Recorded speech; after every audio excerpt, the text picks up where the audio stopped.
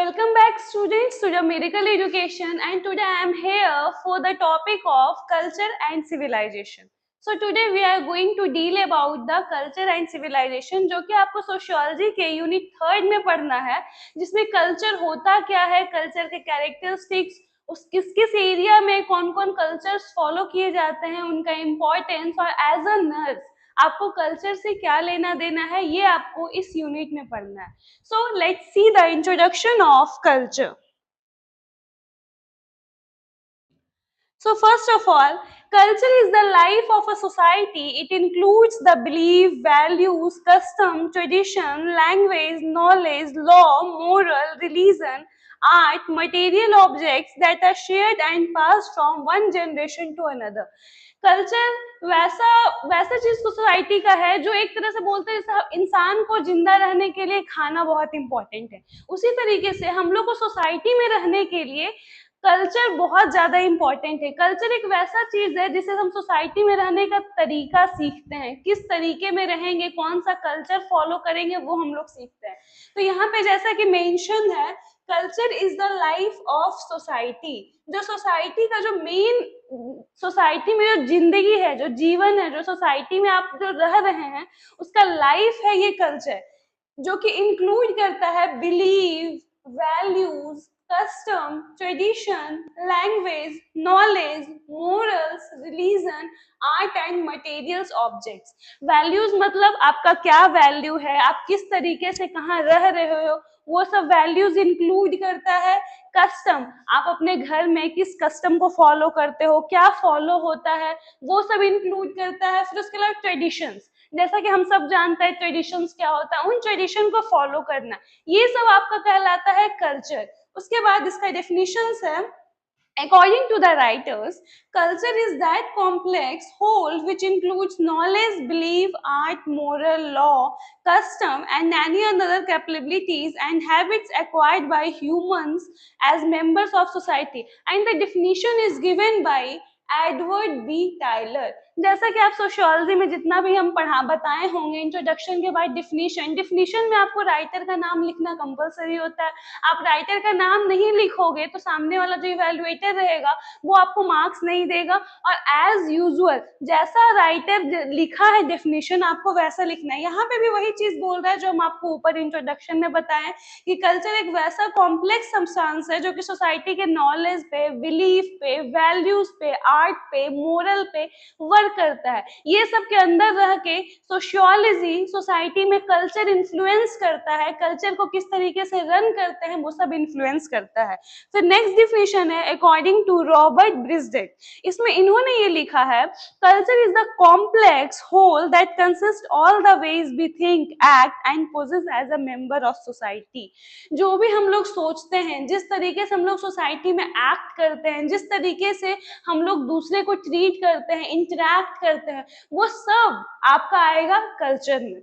So these are the introduction and definitions of culture, and next move to the next topic of culture.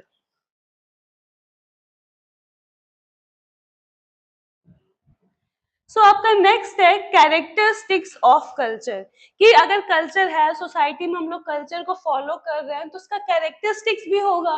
कोई भी चीज होता है तो वो बिना कोई रीजन का नहीं होता, एवरीथिंग हैज अ रीजन.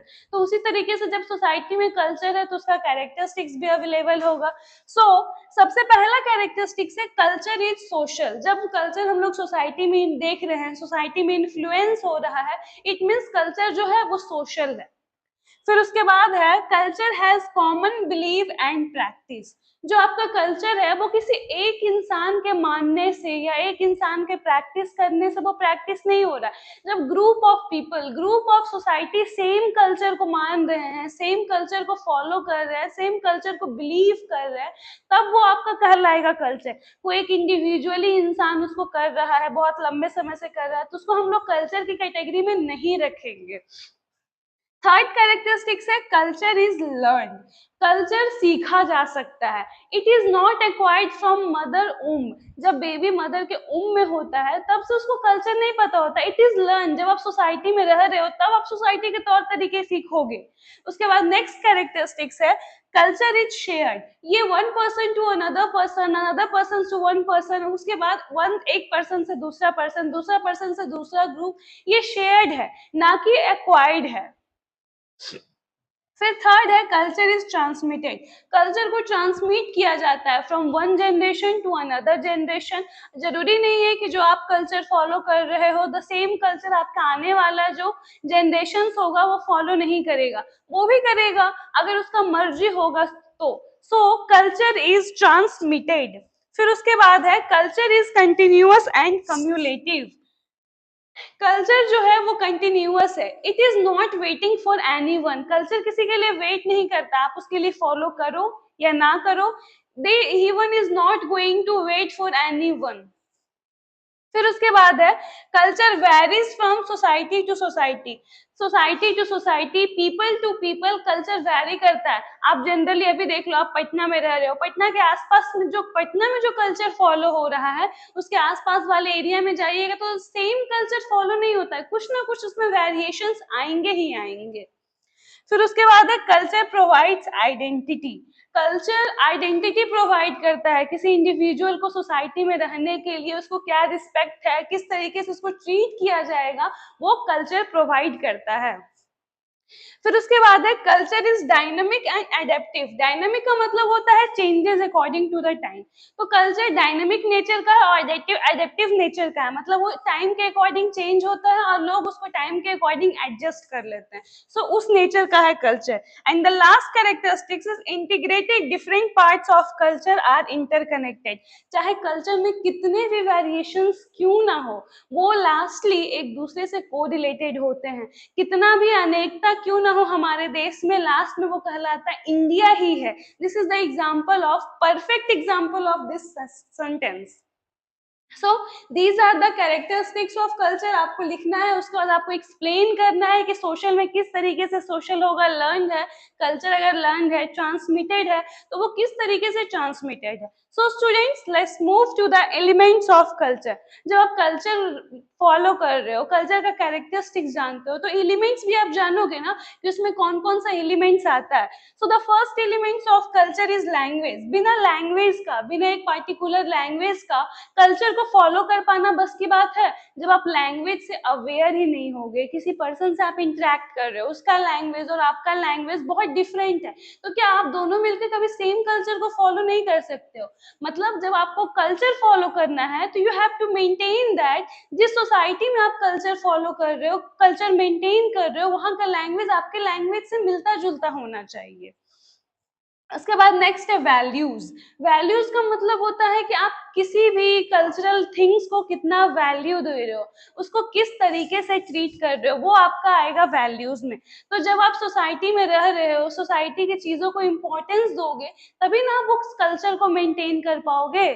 फिर उसके बाद है बिलीव, आप कल्चर पे कितना बिलीव करते हो। बहुत पर्सन होते हैं जो भगवान पे बिलीव नहीं करते हैं, उनका पूजा नहीं करते हैं, तो वो होता है बिलीव, आप किसी चीज पे कितना बिलीव कर रहे हो। जब तक आप उस चीज को बिलीव नहीं करोगे देन आप उस चीज को फॉलो नहीं कर सकते हो। फिर उसके बाद है नॉर्म्स, नॉर्म्स का मतलब होता है रूल्स एंड रेगुलेशंस। जब आप सोसाइटी में रह रहे हो तो you have to follow the rules and regulations of society and it is the most important elements of culture. So norms का मतलब होता है रूल्स एंड रेगुलेशन, जो कि हर सोसाइटी में डिफरेंट डिफरेंट तरह के रूल्स एंड रेगुलेशंस होते हैं और every individual have to perform that rules and regulations. उसके बाद है आपका कस्टम एंड ट्रेडिशन, कस्टम का मतलब होता है रिचुअल्स, हैबिट्स को, रिचुअल जो रिचुअल्स परफॉर्म्स हो रहे हैं उसको फॉलो करना, उसको आपको लेके जाना, बाय जनरेशन टू जनरेशन वो ट्रांसमिट होता है, वो होता है आपका कस्टम एंड ट्रेडिशन, जो कि आपके ग्रैंडफादर फॉलो किए, आपके फादर फॉलो किए एंड आप भी फॉलो कर रहे हो, और इवन जो आपके आने वाले जनरेशन होंगे, your child, your grand child, they have to follow that custom और ट्रेडिशन। बट अभी मॉडर्नाइजेशन का जमाना है, अभी बहुत सारे बच्चे उस कस्टम ट्रेडिशंस को इग्नोर करते हैं। उसके बाद है फिर religion, the most important elements of culture is religion, क्योंकि हमारे देश में जिस सोसाइटी में हम रह रहे हैं वहाँ बहुत ज्यादा जातिवाद प्रेजेंट है। जब एक रिलीजन में होने के बाद इतना सारा जातिवाद प्रेजेंट है, तो क्या अलग रिलीजन में होने के बाद आप कल्चर मेंटेन कर सकते हो? नहीं। So it is the most important element of culture कि जब तक आपका रिलीजन सेम नहीं रहेगा, you are not able to maintaining the culture of in society. फिर उसके बाद है art and literature. Art and literature का मतलब होता है आप जिस ऑक्यूपेशन से बिलोंग कर रहे हो, तो आप एक चीज नोटिस करते हो, आप जिस ऑक्यूपेशन से बिलोंग कर रहे हो आपका उस ऑक्यूपेशन वाले लोगों के साथ थोड़ा ज्यादा इंटरेक्शन रहेगा। तो वो भी एक तरह का प्रोसेस है, एलिमेंट्स है कल्चर मेंटेन करने का। फिर उसके बाद आता है लॉ। लास्ट में है law, because every individual has to, India is a secular country, आपको उस कंट्री में लॉ, रेगुलेशंस, रूल्स फॉलो करना है। So these are the elements of culture, these are the elements of culture, जो कि आपका 7 से 8 एलिमेंट्स है जो आपको एग्जाम में आएगा। So you have to mention all of these and आपको ये लिखना है कि लैंग्वेज किस तरीके से इन्फ्लुएंस करता है कल्चर में, वैल्यूज किस तरीके से इन्फ्लुएंस करता है कल्चर में। फिर उसके बाद है आपका types of culture. Types of culture में 2 तरीके का कल्चर है, material culture and non material culture. Material culture generally वैसे कल्चर्स को बोलते हैं जिसमें हम लोग अपनी आंखों से देख सकते हैं, उसके पास, जैसे कि फिगर में मेंशन है कि किसी पर्सन के पास रेपुटेशन है, घर है, पैसा है, गाड़ी है, वो आपका आएगा मटेरियल कल्चर में। और नॉन मटेरियल कल्चर में जो उसका बिहेवियर स्किल है, आप किसी सोसाइटी में कितना जल्दी घुल मिल जाते हो, किसी पर्सन से आप कितना इंटरेक्टिव हो, आप एक्सट्रोवर्ट हो, इंट्रोवर्ट हो, these are the characteristics which are come in the non material culture। और जो आपके पास है, आपके पास घर है, पैसा है, ये सब आपका आएगा मटेरियल कल्चर में। मटेरियल कल्चर जो होता है दैट इज विजिबली, वो विजिबल होता है, लोग उसे देख सकते हैं कि नहीं उसके पास ये है, these are the material culture. जबकि नॉन मटेरियल कल्चर लोग देख नहीं सकते हैं कि आप किस, आपका बिहेवियर किस तरीके से है, आप लोगों को ट्रीट किस तरीके से करते हो। सो आप एग्जाम्पल में लिख सकते हो, if a person is having home or car or wealth, it is appearance of material culture. और आप नॉन मटेरियल कल्चर में एग्जांपल लिख सकते हो, अगर किसी पर्सन के पास उसका बिहेवियर स्किल्स है, वो एक्सट्रोवर्ट है, इंट्रोवर्ट है, so these are the examples of non material culture. फिर उसके बाद है functions and importance of culture। so function and importance of culture ये 2 पार्ट में डिवाइड है, individual function and group function. So individual function में क्या क्या होगा? इंडिविजुअल फंक्शन में ये होगा, यहाँ पे लिखते हैं, इंडिविजुअल फंक्शन में सबसे पहले वो बिहेवियर गाइड करेगा। कल्चर का काम क्या रहेगा? आप जिस एंसेस्टर से बिलोंग कर रहे हो, जिस कैटेगरी से बिलोंग कर रहे हो, उसको गाइड करेगा। Guide behaviours and regulate control, these are the individual function of society. Guide behaviour, guide behavior and regulate control।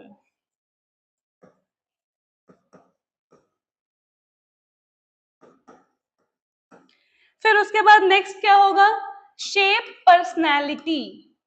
Individually में कल्चर का काम क्या है? जब आप कल्चर सीख रहे हो, कोई पर्सन आपको सिखा रहा है, आप अपने घर में सीख रहे हो, तो वो आपके पर्सनालिटी को इन्फ्लुएंस करेगा ना। आपके मदर फादर जब आपको कोई चीज बाय बर्थ सिखाते हैं, तो वो जब आप बड़ा होते हो तो उसका रिफ्लेक्शन आप में दिखता है। अगर आपके मम्मी पापा नॉवल है, बहुत ज्यादा मोरल वैल्यूज को फॉलो करते हो, तो आप भी वैसे इंसान बनोगे जो मोरल वैल्यूज को फॉलो करते हैं। अगर आपके घर में आपके पेरेंट्स ही मोरल वैल्यूज को फॉलो नहीं करते हैं, आपके घर में सब्सटेंस अब्यूज वाले पर्सन है, तो ये आगे जाके आपके माइंड में वो रिफ्लेक्शन रहेगा कि नहीं मेरे घर में ऐसे होता था, तो इट मे बी हमको भी वैसा करना चाहिए। फिर उसके बाद है प्रोवाइड सॉल्यूशन। कल्चर का काम सिर्फ यही नहीं होता है कि आपका पर्सनैलिटी को शेप करना, आपके बिहेवियर को शेप करना। इसका थर्ड फंक्शन है इंडिविजुअल का, provide answer to complicated situation.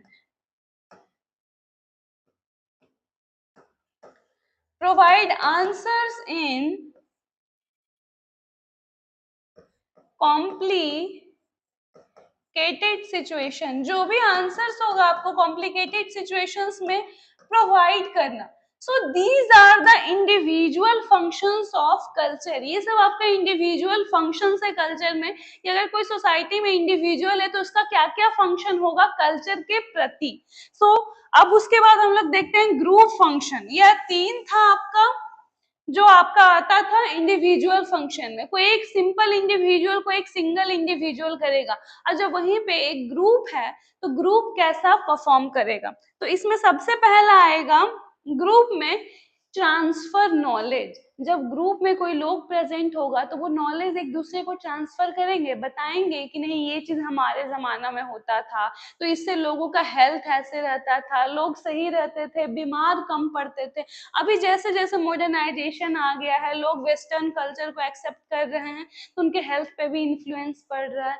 सो ये सब जब बातें होती हैं ग्रुप में तो ये एक तरह का नॉलेज ट्रांसफरिंग का सिस्टम है। So the first function of group is transfer knowledge.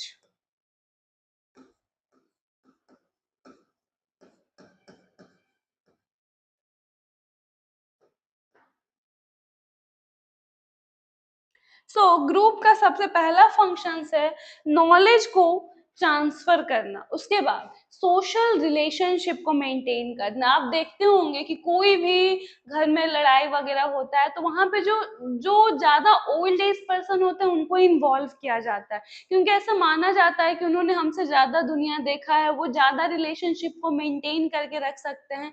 तो नेक्स्ट पॉइंट होगा कीप्स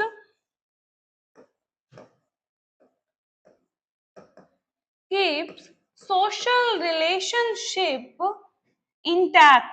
सोशल रिलेशनशिप को मेंटेन करके रखना ग्रुप फंक्शन है आपका कल्चर का। फिर उसके बाद होगा broadens the vision of individual. अगर किसी इंडिविजुअल का नैरो थिंकिंग है, वो बहुत ज्यादा कम सोचता है, मतलब बहुत ज्यादा डीपली सोसाइटी में इन्फ्लुएंस नहीं होता है, तो उसके विजन को इम्प्रूव करना ये भी फंक्शन आएगा।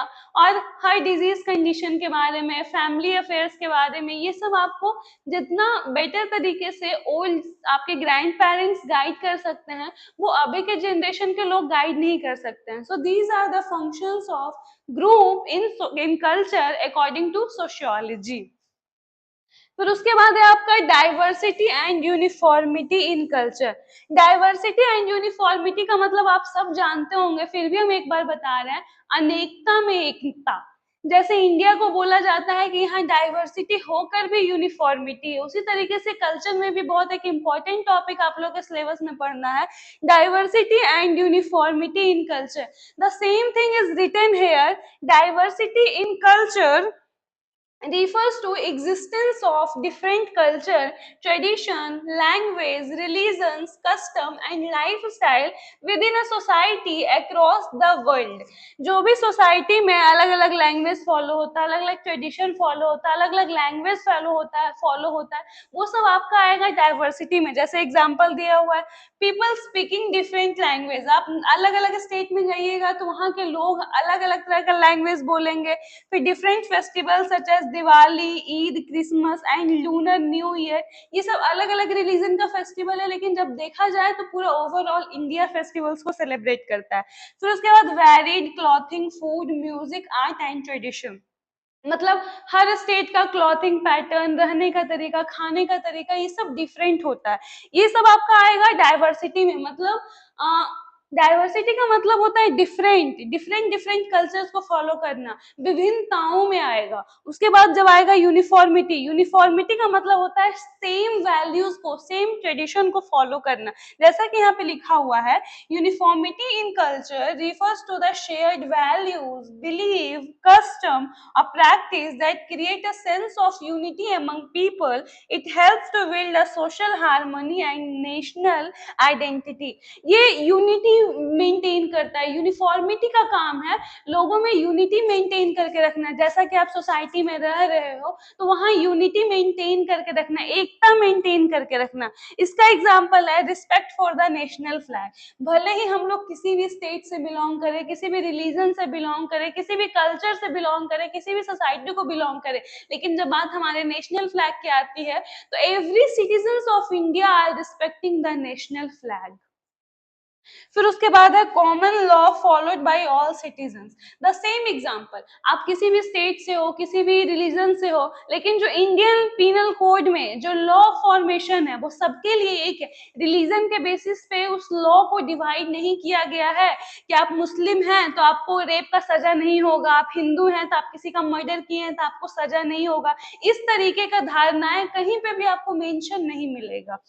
फिर उसके बाद है shared values such as honesty, kindness and respect for others. अभी भी ऑनेस्टी का, काइंडनेस का, ये सब का वैल्यूज हमारे सोसाइटी में है। सो दीज, ये टॉपिक जो है ना आपका diversity and uniformity in culture, ये बहुत ज्यादा इंपॉर्टेंट है, डायरेक्ट इससे क्वेश्चन पूछता है।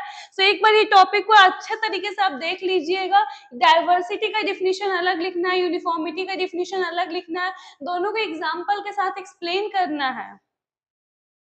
So let's move to the next topic. Next topic है आपका examples of cultural university and cultural diversity. जैसा कि हम आपको बताएं कि कल्चरल डाइवर्सिटी क्या होता है, कल्चरल यूनिफॉर्मिटी क्या होता है, अब उसके बाद उसका एग्जाम्पल क्या है। जब आप सोसाइटी में रह रहे हो तो उसका एग्जाम्पल भी तो प्रेजेंट होगा। सबसे पहला एग्जाम्पल है फैमिली लाइफ। अगर आप फैमिली लाइफ में कल्चरल यूनिफॉर्मिटी का एग्जाम्पल देखिएगा तो फैमिली लिविंग हर सोसाइटी में सेम होता है। यहाँ पे भी मेंशन है family living is common in all society across the world. Parent-child relationship is a socialization process within the family, a commonly found trait in every culture. Her culture में mother father का जो bond होता है बच्चे के साथ वो बहुत अच्छा होता है। चाहे वो यूनिवर्सिटी में देखिए या डाइवर्सिटी में देखिए, मदर फादर का जो बॉन्ड होगा बेबीज के साथ, कभी ऐसा तो नहीं है वो अपने बच्चे के लिए कुछ खराब करेंगे।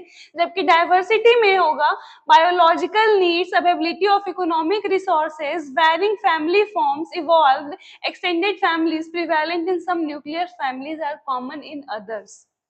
ये आपका आएगा डाइवर्सिटी में। फिर उसके बाद है मैरिज। मैरिज में यूनिवर्सिटी में क्या होगा, it is a bond between two souls, universal custom, मतलब शादी, पहले ऐसा माना जाता था कि शादी टूटता नहीं, अभी के जनरेशन में तो बहुत सारे लोग डाइवोर्स ले रहे हैं, ये कर रहे हैं, वो कर रहे हैं, वो सब आपका आ जाएगा डाइवर्सिटी में। कि यूनिफॉर्मिटी में ये आएगा कि शादी इज अनब्रेकेबल बॉन्ड, जबकि डाइवर्सिटी में लोग डाइवोर्स ले रहे हैं, polygamy, monogamy, polyandry, same sex marriages, gay marriages, these are the example of diversity. फिर उसके बाद थर्ड वन है लैंग्वेज। हर सोसाइटी में अपना लैंग्वेज, हर रिलीजन में अपना लैंग्वेज फॉलो किया जाता है, लेकिन आप जब यूनिफॉर्मिटी से कंपेयर कीजिएगा तो हिंदी एक ओवरऑल लैंग्वेज है जो कि पूरी इंडिया में बोला जाता है। और जब आप डाइवर्सिटी में जाइएगा तो हर स्टेट का, every state has its own language. जैसे आप बिहार में हैं तो बिहार का भी लैंग्वेज कुछ और है। जब आप आंध्र प्रदेश में जाइएगा, तेलंगाना में जाइएगा तो उधर Telugu language, Tamil language use होता है। अलग अलग लैंग्वेजेस अलग अलग जगह पे यूज होने के बाद भी हमारी राष्ट्रीय भाषा अभी भी हिंदी ही है। फिर उसके बाद है हाउसिंग। जैसे जैसे आप अलग अलग सोसाइटीज में जाइएगा, जैसे आप वैसा वैसा सिटी में चले जाइए जहाँ बहुत ज्यादा बारिश होता है, तो वहाँ का हाउसिंग पैटर्न और नॉर्दर्न एरिया का हाउसिंग पैटर्न, दोनों में आपको डिफरेंस मिलेगा। सो ये एग्जाम्पल है आपका डाइवर्सिटी का। लेकिन जब आप इसको यूनिफॉर्मिटी से कंपेयर कीजिएगा तो होम होना ही बेसिक नीड है इंडिया का। अगर किसी के पास घर है, वो अपने घर में रहता है, तो वो एक यूनिफॉर्मिटी का एग्जाम्पल होगा। फिर उसके बाद है क्लॉथ्स। क्लॉथ्स क्लॉथ्स का भी हर यूनिफॉर्मिटी में देखिए तो ओवरऑल साड़ी देखा जाता है जो इंडिया का कॉमन ड्रेस है। लेकिन जब आप डाइवर्सिटी में देखिएगा तो हर स्टेट का अपना अपना ड्रेस कोड है, अपना अपना पहनने का तरीका है। साड़ी को ही बहुत मेथड तरीके से पहना जा सकता है, तो वो आपका एग्जाम्पल आ जाएगा डाइवर्सिटी में। लेकिन जब यूनिफॉर्मिटी का एग्जाम्पल लिखिएगा तो उसमें आपको मेंशन करना पड़ेगा even through there are many variant in sari, overall sari is a, जो हमारा नेशनल है वो हमारा साड़ी ही है। उसके बाद फिर आपका रिलीजन। हर सोसाइटी में, हर स्टेट में अलग अलग रिलीजन के लोग प्रेजेंट हैं, लेकिन फिर भी डिफरेंट डिफरेंट कल्चर में जाइएगा, डिफरेंट डिफरेंट रिलीजन में जाइएगा तो आपको अलग अलग तरह के लोग मिलेंगे, लेकिन सबसे ज्यादा यहाँ पे रिलीजियस बिलीफ, एक रिलीजियस बिलीफ पे करने वाले लोग मिल रहे हैं। वो एग्जाम्पल होगा आपका यूनिफॉर्मिटी का। लेकिन जैसे आप अलग अलग सोसाइटीज में जाइएगा तो वहाँ डिफरेंट डिफरेंट तरह के लोग मिल रहे हैं जो डिफरेंट डिफरेंट रिलीजन को फॉलो कर रहे हैं, वो आपका एग्जाम्पल होगा डाइवर्सिटी में। मतलब यूनिफॉर्मिटी में वैसे लोग जो अलग अलग रिलीजन से होते हुए भी एक साथ रह रहे हैं, और डाइवर्सिटी में एक साथ होते हुए भी लोग अलग अलग रिलीजन को फॉलो कर रहे हैं। फिर उसके बाद आएगा literature and caste, literature and art. No culture exist without literature and art. कोई भी culture without literature and art नहीं इवॉल्व कर सकता है। इसी का डाइवर्सिटी में है, the medium of literature and arts differ from one country to other. जब डाइवर्सिटी में देखिएगा तो हर जगह का लिटरेचर हो, आर्ट हो, वो डिफर करता है, लोगों के बीच डिफर करता है। और यूनिफॉर्मिटी में कि विदाउट लिटरेचर एंड आर्ट कोई भी सोसाइटी एग्जिस्ट नहीं कर सकता है। फिर उसके बाद नेक्स्ट पॉइंट है political system. Political system is a main important part of human culture. Human culture का बहुत इंपॉर्टेंट एस्पेक्ट होता है पॉलिटिकल कल्चर। और वही जब आप डाइवर्सिटी में देखिएगा, यूनिफॉर्मिटी में, हमारे इंडिया का मान लीजिए prime minister, he is the uniformity of political system, क्योंकि उनको हर स्टेट पे, हर जगह पे सेम फॉलो करना है। जबकि आप स्टेट वाइज देखिएगा तो जो वहाँ के चीफ मिनिस्टर प्रेजेंट होते हैं, these are the examples of unity, these are the examples of diversity. So ये सब आपका ओरिजिन के बेसिस पे क्या क्या, फैमिली हो गया, मैरिज हो गया, लिटरेचर एंड आर्ट हो गया, पॉलिटिकल सिस्टम हो गया, ये सब के अकॉर्डिंग यूनिवर्सिटी और डाइवर्सिटी का एग्जाम्पल्स डिवाइडेड है, जो कि आपको वहां पे मेंशन करना है कि ऐसे यहाँ फॉलो होता है, यहाँ ये चीज फॉलो होता है, फिर भी डाइवर्सिटी होते हुए भी उसमें यूनिफॉर्मिटी प्रेजेंट है।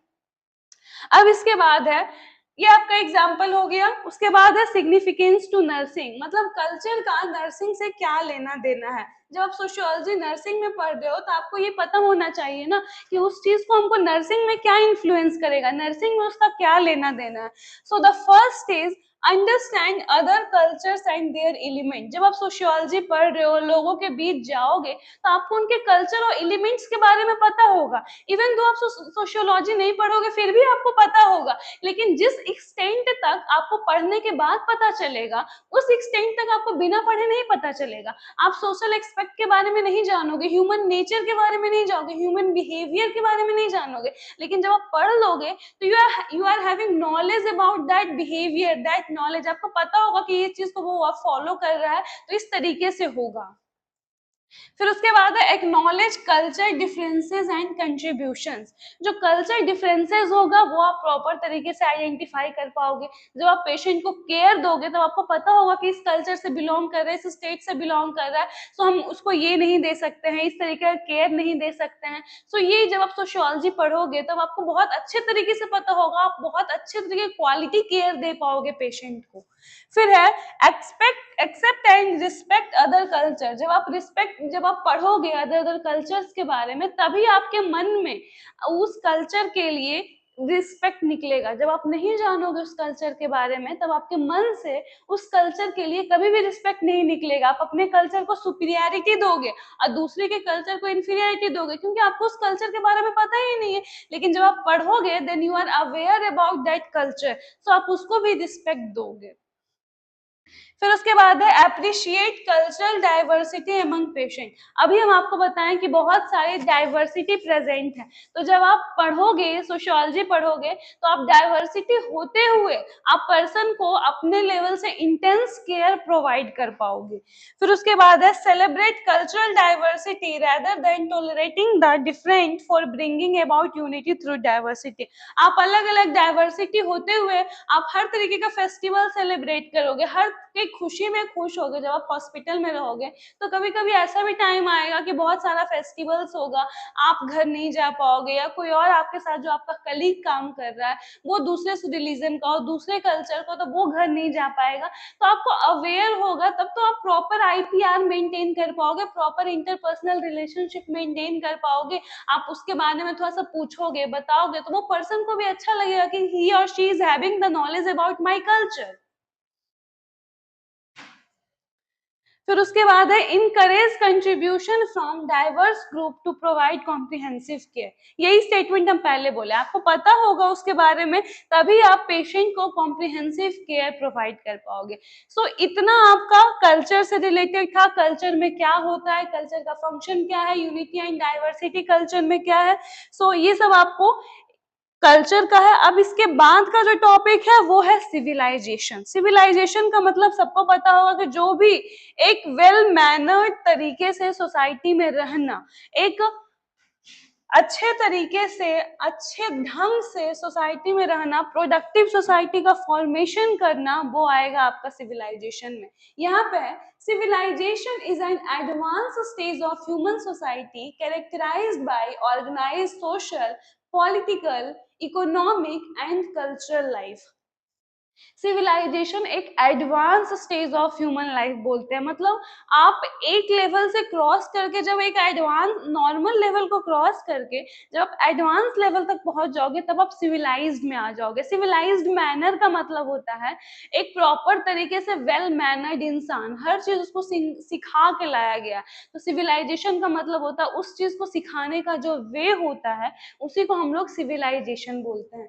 जैसा कि यहाँ पे it is advance stage of human society, human society का सबसे एडवांस स्टेज है जिसको हम लोग कैरेक्टराइज करते हैं organize social, political, economic and cultural life. एकदम प्रॉपर वे में ऑर्गेनाइज रहता है, सोशल हो गया, पॉलिटिकल हो गया, इकोनॉमिक हो गया और कल्चरल लाइफ हो गया, ये सब एक वेल ऑर्गेनाइज्ड वे में रहेगा।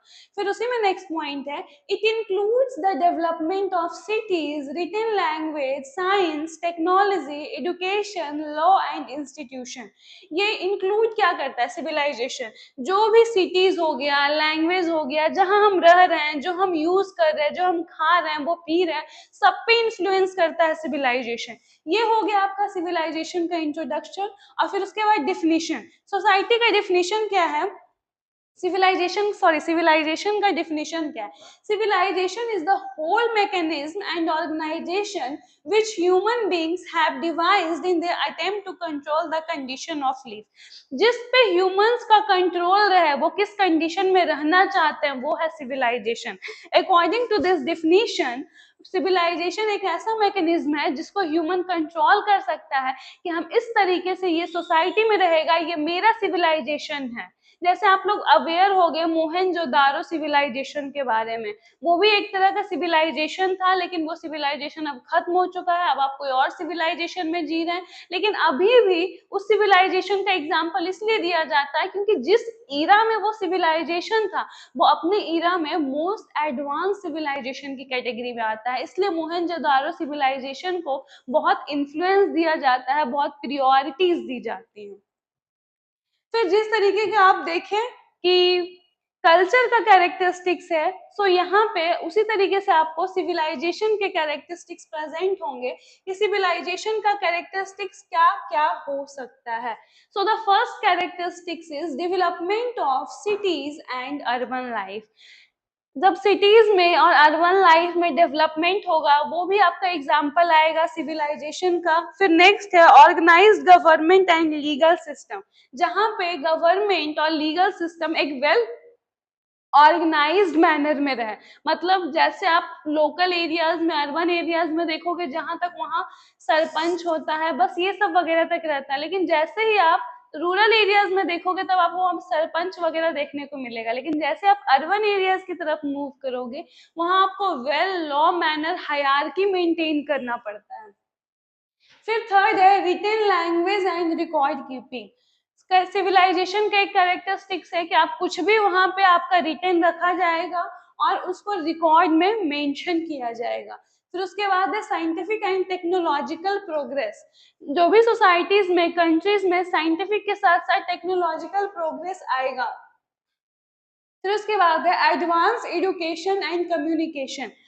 जैसा कि अगर हम लोग 10 साल पहले देखते हैं तो जो हम लोग 5G अभी यूज कर रहे हैं वो नहीं था।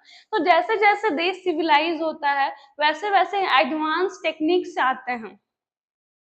फिर उसके बाद है economic development through trade and industry. Civilization होगा तो वहां पे ट्रेड एंड इंडस्ट्री का भी फॉर्मेशन ज्यादा होगा। So these are the correct. उसके बाद है improve transportation and communication. Transportation और कम्युनिकेशन भी इम्प्रूव होगा।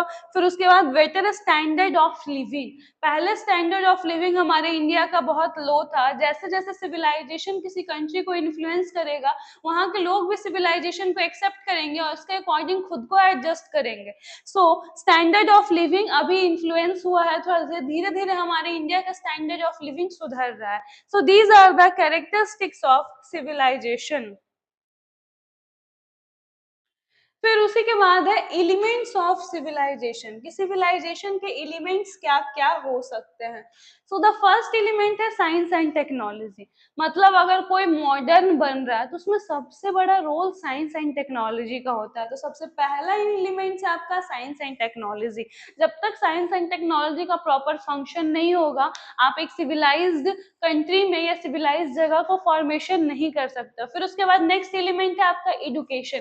जब तक आप एडुकेटेड नहीं होगे, लोग वहां का पढ़ा लिखा नहीं होगा, क्या वो साइंस को प्रॉपर तरीके से इम्प्लीमेंट कर पाएगा? नहीं कर पाएगा। सो द नेक्स्ट एलिमेंट है आपका एडुकेशन। फिर थर्ड है गवर्नमेंट एंड एडमिनिस्ट्रेशन। सिविलाइजेशन को प्रमोट करने के लिए वहां के गवर्नमेंट को भी उसको जनरली एक्सेप्ट करना पड़ता है, उसके लिए फंडिंग करनी पड़ती है। तो जब तक गवर्नमेंट आपको सपोर्ट नहीं करेगा, आप सिविलाइजेशन को प्रमोट नहीं कर सकते हो। उसके बाद फोर्थ है इकोनॉमिक सिस्टम। कोई भी चीज को खरीदने में, कुछ भी करने में बिना पैसा का कुछ नहीं होता है। तो जब सिविलाइजेशन आप इतने मास में चेंजेस ला रहे हो तो उसमें पैसा आएगा कहाँ से? सो इकोनॉमिक सिस्टम भी मेजर एलिमेंट है आपका सिविलाइजेशन को बनाने में। उसके बाद है ट्रांसपोर्टेशन एंड कम्युनिकेशन। जब आप किसी चीज में चेंजेस ला रहे हो तो उसके लिए बहुत सारे न्यू इक्विपमेंट्स का नीड पड़ेगा। न्यू इक्विपमेंट्स, ह्यूमन रिसोर्सेज इतना अवेलेबल नहीं है कि आप by the help of human resources आप न्यू इक्विपमेंट्स को ला सको। तो उसके लिए ट्रांसपोर्टेशन और एडवांस कम्युनिकेशन का नीड पड़ता है। सो ये भी आपका एलिमेंट्स है। फिर उसके बाद रिटन लैंग्वेज। रिटन लैंग्वेज भी एक मोस्ट एलिमेंट फैक्टर है आपका सिविलाइजेशन का। फिर उसके बाद है आपका law and justice. Law and justice जो है वो भी बहुत एक इम्पॉर्टेंट रोल प्ले करता है। कैसे? जब आप सोसाइटी को मॉडर्न बनाओगे तो वहाँ modern rules and law regulations भी होने चाहिए, वरना आपका ऑर्गेनाइजेशन कब डिसऑर्गेनाइजेशन में कन्वर्ट हो जाएगा आपको पता भी नहीं चलेगा। सो उसको मेंटेन करने के लिए, ऑर्गेनाइजेशन को मेंटेन करने के लिए आपको वहाँ पे प्रॉपर लॉ एंड जस्टिस को मेंटेन करना पड़ता है। एंड द लास्ट है आर्किटेक्चर एंड इंफ्रास्ट्रक्चर। आप जब उस तरीके का सिविलाइजेशन ला रहे हो तो आपको मेंटेन करने के लिए इंफ्रास्ट्रक्चर भी मेंटेन करना पड़ेगा, इंफ्रास्ट्रक्चर भी बनाना पड़ेगा। So these are the elements of civilization. और उसके बाद है आपका इम्पोर्टेंस ऑफ सिविलाइजेशन, कि सिविलाइजेशन का इम्पोर्टेंस क्या हो सकता है। जब कोई चीज, कोई टेक्नोलॉजीज आपके पास अवेलेबल हो जाएगा तो वो किस चीज को इम्प्रूव करेगा? सबसे पहले आपके क्वालिटी ऑफ लाइफ को इम्प्रूव करेगा। सो द फर्स्ट फंक्शन है improve the quality of life. आपके स्टैंडर्ड ऑफ लिविंग को इम्प्रूव करेगा। आप जिस तरीके से जी रहे थे आपका लिविंग पैटर्न को इम्प्रूव करेगा। फिर नेक्स्ट है promote social organisation and stability. Social organisation को प्रमोट करेगा, स्टेबिलिटी को मेंटेन करके रखेगा।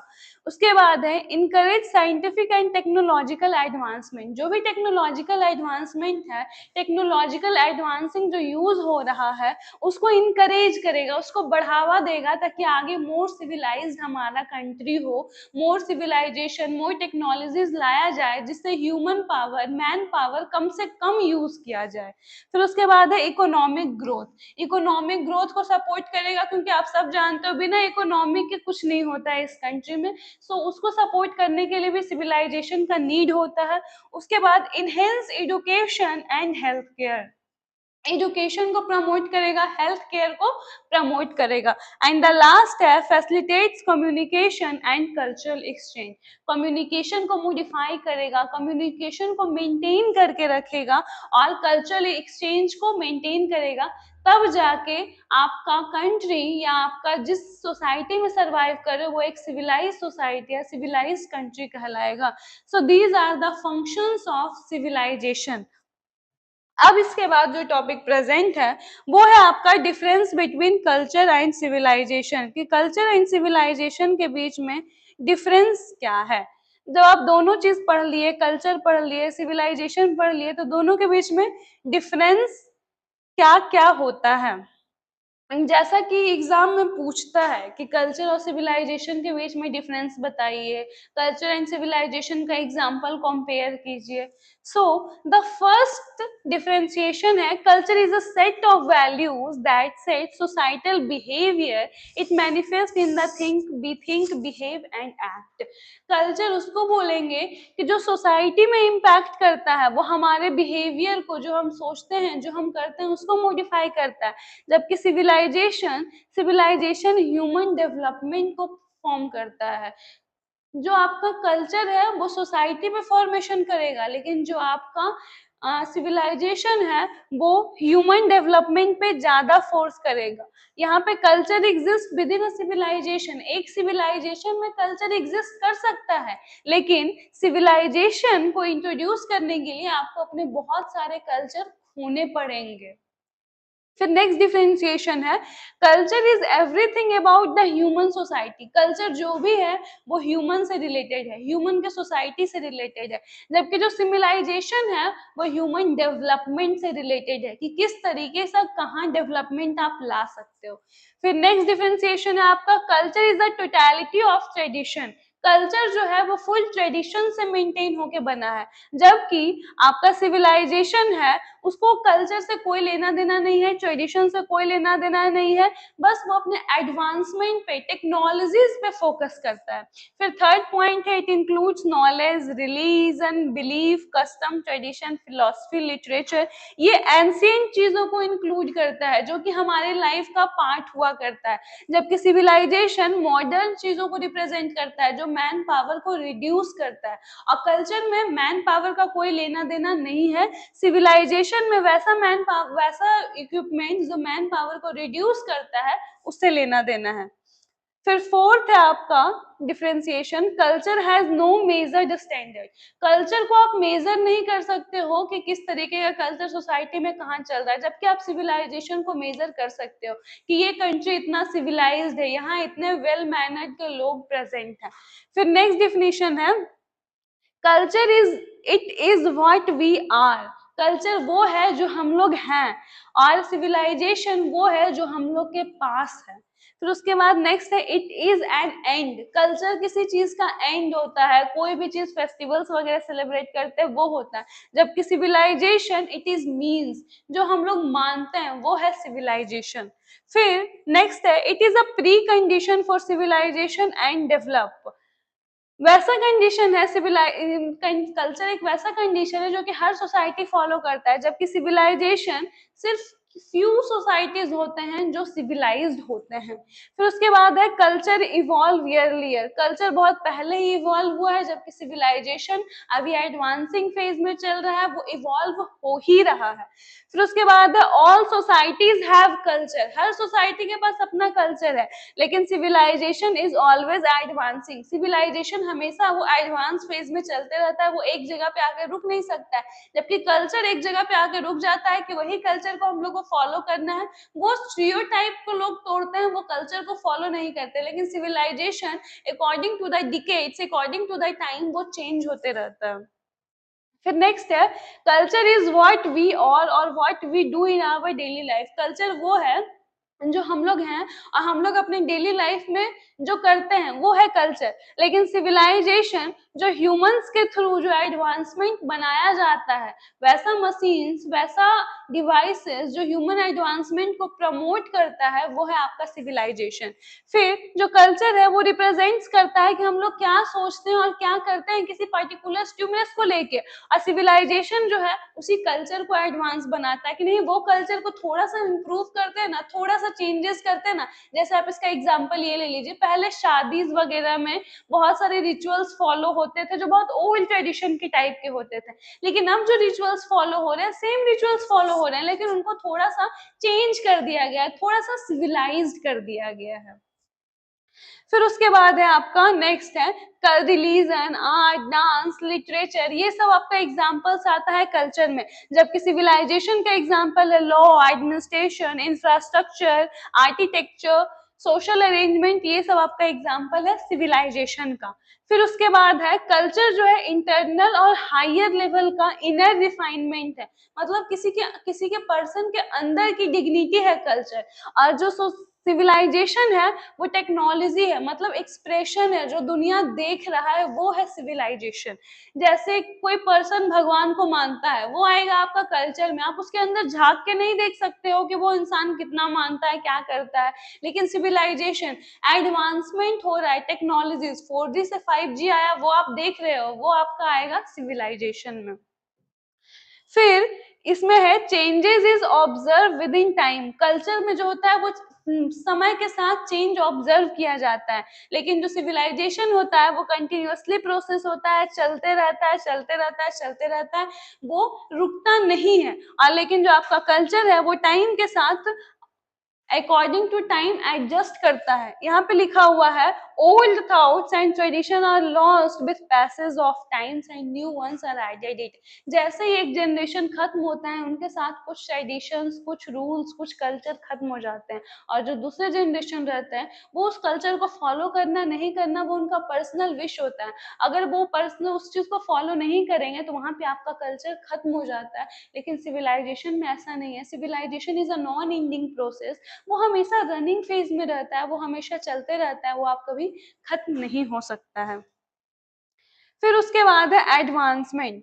कल्चर में किसी भी तरह का एडवांसमेंट प्रेजेंट नहीं होता है, जबकि सिविलाइजेशन में आपका एडवांसमेंट प्रेजेंट होता है। और जो कल्चर में जो होता है वो it is transmitted through symbols in the form of language, और जबकि सिविलाइजेशन होता है it is transmitted through only language. जो आपका कल्चर ट्रांसफर होता है वो सिंबल्स के फॉर्म में, लैंग्वेज के फॉर्म में ट्रांसफर होता है, जबकि सिविलाइजेशन है वो आपका सिर्फ लैंग्वेज के फॉर्म में ट्रांसमिटेड होता है।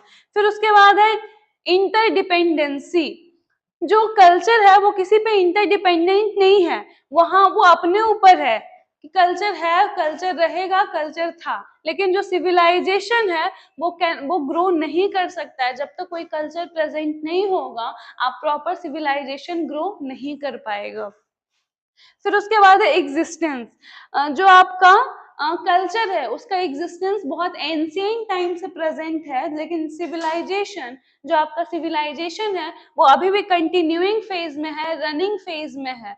सो ये आपका इतना सारा डिफ्रेंसिएशन था कल्चर और सिविलाइजेशन में। सो इसका ओवरऑल समरी यही है डिफ्रेंसिएशन का, कि जो ओल्ड जनरेशन से फॉलो होते आ रहा है, जो हम लोग अपने मन का करते हैं, जो बिना हमारे चाहे जिस कैटेगरी में हम लोग को रख दिया जाता है, जिस जाति में हम लोग को रख दिया जाता है, वो हमारा कल्चर है। और सिविलाइजेशन जो हम फॉलो कर रहे हैं, जिस एडवांस फेज को हम देख रहे हैं, वो है आपका सिविलाइजेशन। सो और कल्चर धीरे धीरे खत्म हो सकता है, लेकिन आपका सिविलाइजेशन कभी नहीं खत्म होगा। So students, these are the most important questions of your sociology. और खासकर ये डिफरेंस बिटवीन जो कल्चर और सिविलाइजेशन है, ये आपका बहुत इंपॉर्टेंट है, बहुत बार एग्जाम में पूछा गया है। So revise this and thank you class.